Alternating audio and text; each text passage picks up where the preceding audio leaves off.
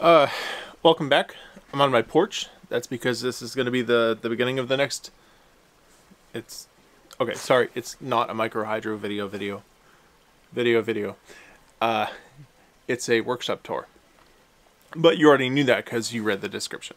That's why you're here. Anyways, so my new workshop is down below my house. My house is in there. Say hello, everyone. Hi. Okay. So let's go down there.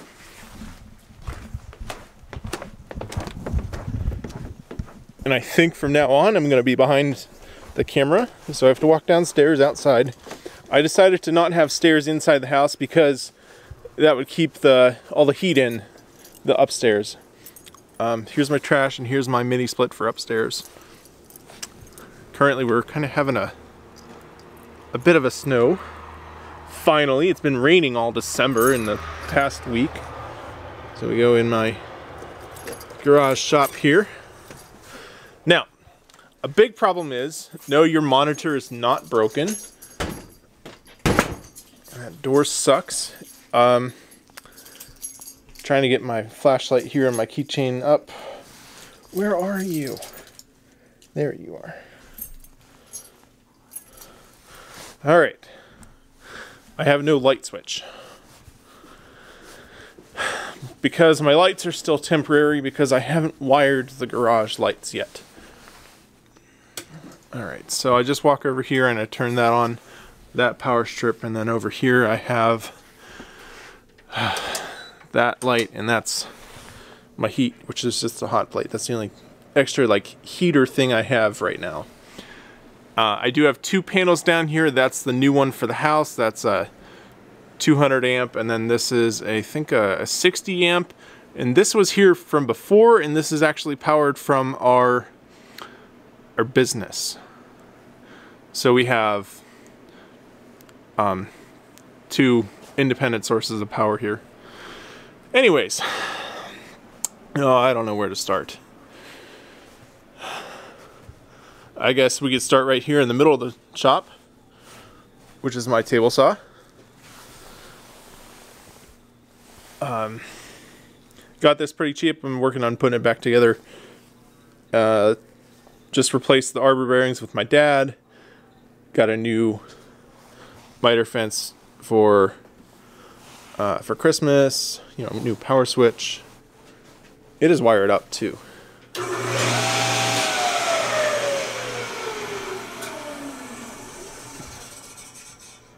And it's got a flex belt, Fender drives flex belt. I'll put a link to those in the description. They make a really smooth running table saw. That's for sure. Because it doesn't have any memory, so you don't get the vibration when you first turn it on. So I mentioned my heat source. And you saw it snowing out there, and right now in here it is 53, the bottom temperature. The top one is it's got a broken digit. But that's the other half of the building over there, which is 50 something also. Here's a workbench I built a long time ago, and then I added this vise, which is just kind of patched in there, and it's always a mess. This is just a flat surface where I throw junk. This is my 50-inch TV, which is hooked up to Google Chromecast. Come on, why did Servo AF go off? And it's just an extra TV we had from our old house. It was in the bedroom, and our new house doesn't have room for a TV in the bedroom, so hey, extra TV. So now it's down here in the shop.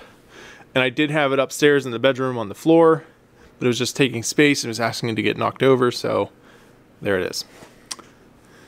I also have some Bluetooth speakers, well, a Bluetooth receiver, an amplifier, and then two Dayton bookshelf speakers. Over here we have my air compressor and air tools and some other assorted stuff like my power tools and some other drill bits, router, you know, whatever. Moving on, we have, this is a freezer because the only thing that's in there right now is milk for the baby. and that's the only thing that's in there. Over here we have this drill press that I rebuilt. I got it for 140 bucks. It's one of those fancy ones that has adjustable speed. So you just spin this dial and you go faster, slower, whatever you want. Okay, I guess I should also say in the beginning of this video, there's going to be a search to find things in this video, and I'm going to put those 10 things down below in the description, and the first person to get the timestamp from the video for each of those things will win. How about this? I'll release my next video to you a day early. Yeah, that sounds good. So you get it before everybody else. Here we have a CNC mill, and this is part of a pair. I got this mill, and let's go over here. This lathe, which are CNC. They're both computer numerically controlled, and I modified them. There used to be a control board here, and I ripped that out, and then I wired onto the jumpers down to a parallel breakout board, and that runs directly to the computer. So now I don't have to deal with any proprietary software to run that. I can just run Linux CNC on there. And it works pretty good. The only problem is there's a lot of motion front to back here. You can't really see it in the video, but I think the shims need adjusted here or something. There's an anti-backlash nut there that's coming out, but that's not, you know, I can tighten it all the way, but that doesn't help it. And then I have different forms of standardized storage here. One of them is these Sterilite 15-quart containers, and I just get them in bulk from Walmart because they're pretty cheap that way, like $2 or $3 a piece. And then here's my hardware storage, which is all, you know, screws, nuts, nails, small hardware. And I just get these as I need them, usually because they're kind of expensive. They're like 15 bucks a piece. So there's, I don't know, easily $150 worth of containers right here. It's kind of annoying, but hey, there's all of my hardware. And I have assorted stuff in here too. Oh, you might not know what that is. That's a sous vide controller. I built that too. Here's a hot tub pump heater system. That's for my hot tub that I haven't installed yet because the hot tub pad isn't ready. And then over here I have a bunch of other just storage. You know, Christmas, painting, drywall. You know, here's my wife's yarn storage. And for Christmas I got her all of those yarn containers. And I'm going to build a cabinet for those. So all the yarn will be in there conveniently. Here's an X-ray processor. You know, my wife and I own a veterinary hospital, and sometimes you inherit old machines with it, and this is one of the old machines I need to get rid of. As far as I know, it still works. Just more storage. I got camping stuff, and I got electrical and plumbing stuff there, and then here's my drywall lift that I used upstairs. 5 days to install the ceiling drywall, and then all the rest of the drywall to be mudded was 2 months. We got some other assorted storage here. Here's a bunch of 2x stock that I've been saving up because I need to use that to put intermediate pieces in between each one of these when I put the ceiling on. And that's one of the projects I'm predominantly working on right now, is working on insulating the ceiling and putting up a fireproof sheathing up there as per code. So now we can go out.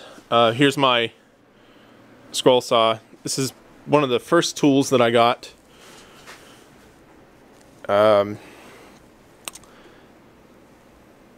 would I have gotten this? 2008, maybe a little earlier. So I've had this easily over 10 years. one of my oldest tools. Here's a joiner that I got on eBay of all places for $75. It was the winning bid, but it was local pickup only, so I was close enough to go get it. And then I upgraded this with, oh yeah, bird helix cutters. So that allows you to replace a cutter if it gets chipped or broken or dull or whatever without having to sharpen all the knives. And it works great, except I think I need to replace the bearings in the motor.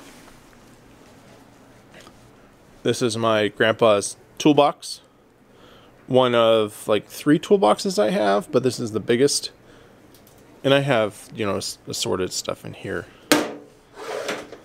Real fancy screwdrivers, wrenches, you know, whatever that stuff is. Then this is my sharp stuff drawer. So I try to keep all my nice sharp stuff in here, or I guess not so nice sometimes. This is most of it. And then not so nice sharp stuff. Hammers, and then there's some other table saw and stuff down there. I got that shop cart for Christmas last year, and I really like it. It's great to just move around and have a mobile work spot. Got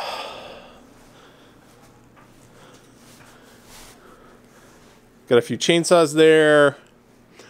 This is my belt sander. I also got it at the same time as that joiner over there. And he threw this in for like 50 bucks. The only problem I have is, well, it's a pain in the butt to change the disc. And then the belt, it doesn't want to track straight on these pulleys here, rollers. And I've even put like electrical tape humped up in the middle here, and it still wants to run off to one side or another. And that's really irritating. I have, there's the summer tires for the Subaru. And then summer tires for my truck. So I keep those inside. And then here's a bunch of other storage that's a lot of leftover hospital equipment that I need to go through, but I haven't had the time to go through. And then radial arm saw 1.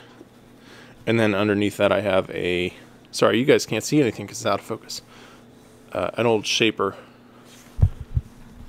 that I don't know if I'm going to do anything with it. Here's my appliance cart. If you're ever moving houses, those are invaluable. Here's the tractor that I mow with. It's actually a 425. Of course, that's what it says. Some guys, they'll replace the side panels because they get lost or broken. But it's actually a 425. And I had to replace steering hydraulic fitting on this, because it was, well, the flare had cracked off and pulled out of the block, so that took like 8 hours. But hey, I only paid, what did I pay for this tractor? $600. I paid $600 for it in non-running condition. And I put 8 hours of work into it and virtually no money, and now I have a great lawn tractor. This is Shelfie Jr. I named my shelves, at least the 2 that I built here. And this is just a smaller one. It has assorted like garage stuff in it. Again, more stuff that I should go through, or you know, whatever. This is a biltong box that I built. It has a fan and a light bulb in it, and that's how you make biltong. It dries that out over a long period of time, very slowly. Here's part of my lumber hoarding storage rack. And in here those are a lot of the rafters from this building, because we ripped off the roof in 2017 and built the second story from this downstairs garage area. And I saved most of those that I could, conveniently. And those I'm going to turn into trim for the house, and maybe other things like a nice woodworking workbench. This rack was full of stuff. You can see how bent out of shape that is, just from sitting full of small scraps, and those are scraps that I haven't done anything with. I don't quite have a place for them.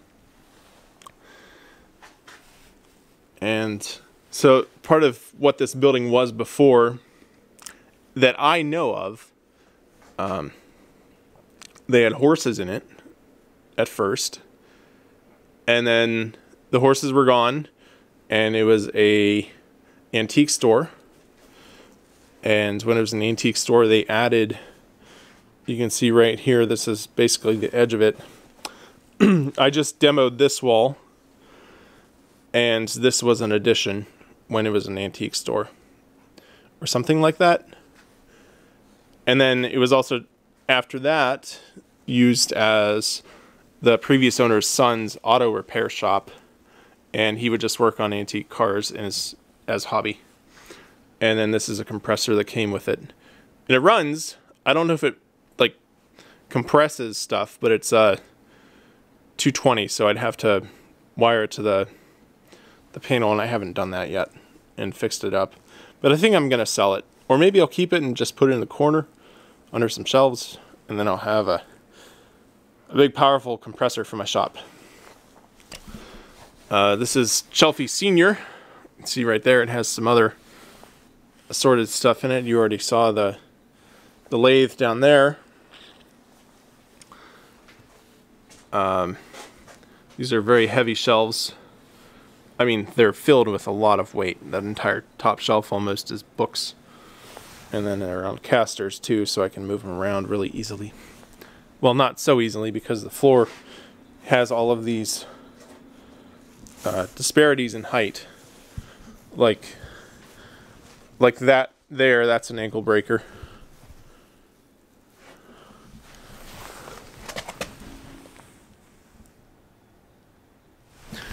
So you have to be careful walking around there. And what I'm ultimately going to do in here, and I'm kind of worried about the whole house. You can see it's clear span, and I have these joists running from front to back, and it's a rectangular box. Now, in this direction, shaking this direction, the house has the whole front, or the whole back wall, and the whole front wall as shear walls, which prevent it from going this direction pretty easily. But to go this direction, it only has the end walls, that wall and that wall, as shear walls, and there's nothing in the middle. So the whole house kind of in the middle shakes too easily like that, I feel. When I have the dishwasher running, where would that be? Oh, I'm standing right under it, so that's the drain for the dishwasher. No, not the dishwasher, the clothes washer. When it's drying, the whole house shakes a little bit. And so what I'm going to do is put a wall right about here, and that'll separate my shop into two halves. So I'm going to have over here is workshop, and that'll be better insulated, sound controlled, heated and cooled, and then just the garage over here. And the wall will also stiffen the house in this direction, or as what you guys saw before, in this direction, making the house a lot better. Even though it doesn't necessarily need it for vertical compression, it does need it as a shear wall. Moving on, what else do I have in here?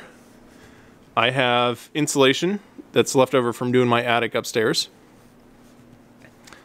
and an old bed frame for my brother, and an old trampoline, you know, a bunch of just junk, really. Stuff I need to get through, partial projects. Other wood in here, I have insulation and sheet goods. In here I have a whole bunch of long pallet boards. How's that for a pallet board? So that's 10 feet long or so. And I got those off of sheet metal pallets.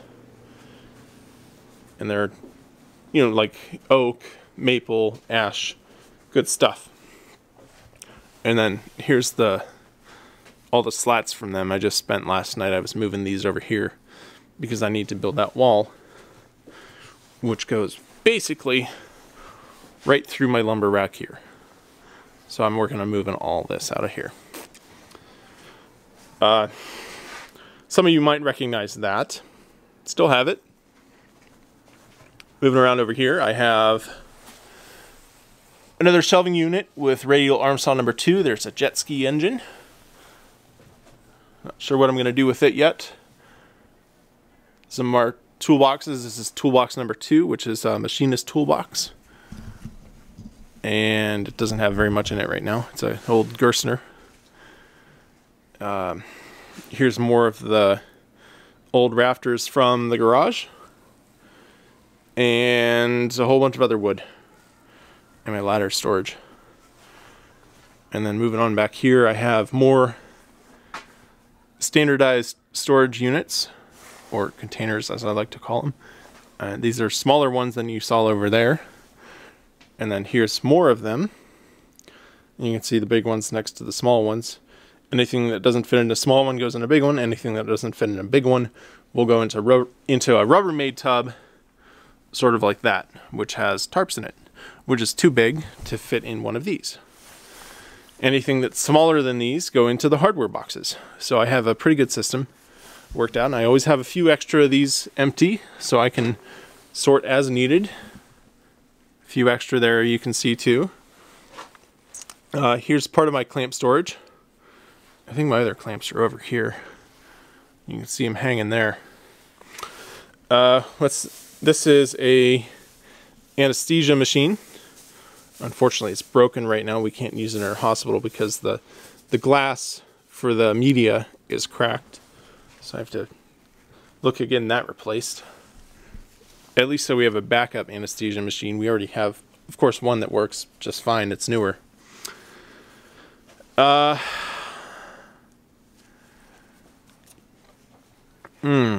Anything else interesting in here? You might recognize those from a previous video.